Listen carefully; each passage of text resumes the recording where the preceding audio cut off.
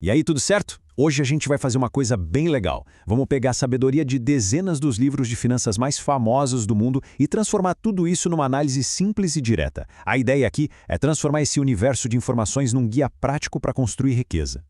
Fala a verdade, quem nunca ficou meio perdido numa livraria, né? Pai rico, pai pobre de um lado, os segredos da mente milionária do outro, a quantidade de conselhos parece um labirinto, principalmente para quem está começando. Parece que para cada livro que a gente lê, surgem outros 10 na lista. É uma loucura. Mas olha que interessante. Apesar de tantos livros, a mensagem principal de todos esses best-sellers é, no fundo, a mesma. É impressionante como autores de épocas e lugares diferentes chegam às mesmas conclusões. E isso nos diz uma coisa muito poderosa, que esses princípios são atemporais. A gente consegue organizar todo esse conhecimento em apenas 3 pilares. Então, bora mergulhar nisso e botar ordem na casa. Vamos lá. O primeiro pilar, a base de tudo mesmo, é a mente. A grande sacada aqui é que antes de qualquer planilha, de qualquer investimento, a riqueza começa na nossa cabeça, nas nossas crenças, no jeito que a gente pensa. É a fundação. Se essa base não for sólida, o resto todo desmorona. Beleza. Depois da mente, vem o segundo pilar, os hábitos. É aqui que o pensamento vira ação no dia a dia. Sabe, são aquelas pequenas coisas que a gente faz repetidamente, quase sem pensar. São os hábitos que constroem a ponte entre ter a mentalidade certa e ver os resultados de verdade. E para fechar o trio, o terceiro pilar, a ação. Esse aqui é o motor que faz o patrimônio crescer de verdade. É o momento em que o dinheiro deixa de ser só algo que se ganha e gasta e passa a ser um funcionário que trabalha para a gente, gerando mais dinheiro. Então, vamos aprofundar um pouco nesse pilar 1. Autores como T. Harv Eker, do livro Os Segredos da Mente Milionária, e o Napoleon Hill, de Quem Pensa Enriquece, eles batem na mesma tecla. A situação financeira de uma pessoa é um espelho do seu mundo interior. Simples assim. E aqui a gente já vê uma divisão muito clara.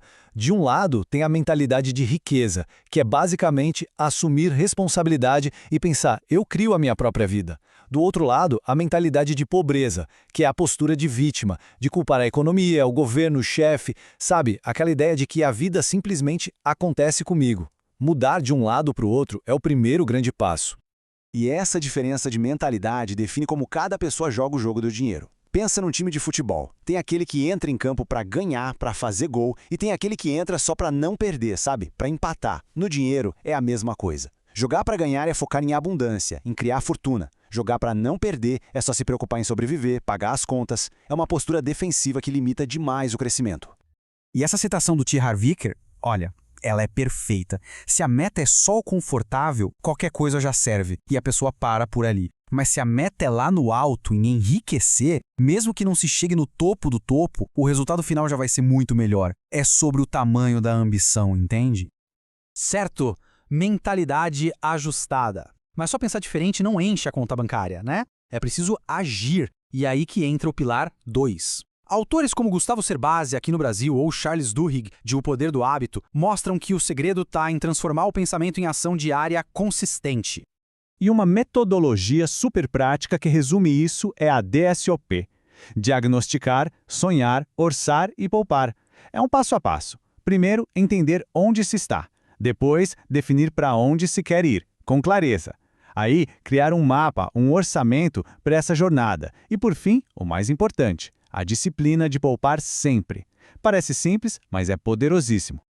E para isso virar rotina, sem sofrimento, existem alguns hacks que quase todos os livros mencionam. Por exemplo, automatizar os investimentos.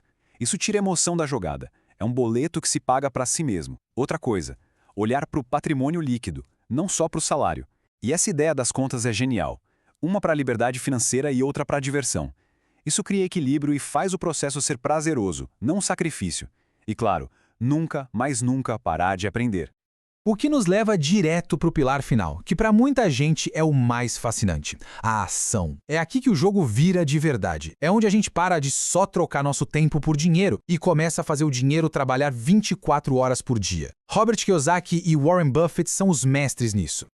Olha, se tem um conceito do pai rico, pai pobre que muda tudo, é este aqui. E é de uma simplicidade que chega a assustar.